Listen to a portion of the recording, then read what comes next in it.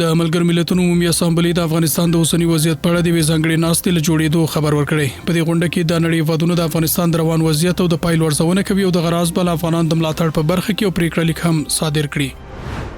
کورنۍ چارو وزارت د رسمي دندې پر مهال د پولیسو د نظامی یونیفورم پر کارونې ټینګار کړی. د کورنۍ چارو وزارت د سرپرست خلیفه سراج الدین حقانی د منځوري پر بنسټ ټول نظامی مسؤلین او منصوبین مکلف دي چې د دندې د اجرا پر مهال د امیر المؤمنین حفظه الله له لوري له منظور شوي یونیفورم څخه ګټه واخلي. د کډوالو وزارت مسؤلین وايي په تیرو 3 میاشتو کې ایران، پاکستان او ترکیه څخه څه باندې 1 میلیون افغان کډوال راستنه شوي. د کډوالو وزارت ویان مفتي عبدالمطلب حقانی امید رادیو ته ویلي د روان کال په لومړیو 3 میاشتو کې 1,50,509 افغانان هیواد ته راستنه شوي.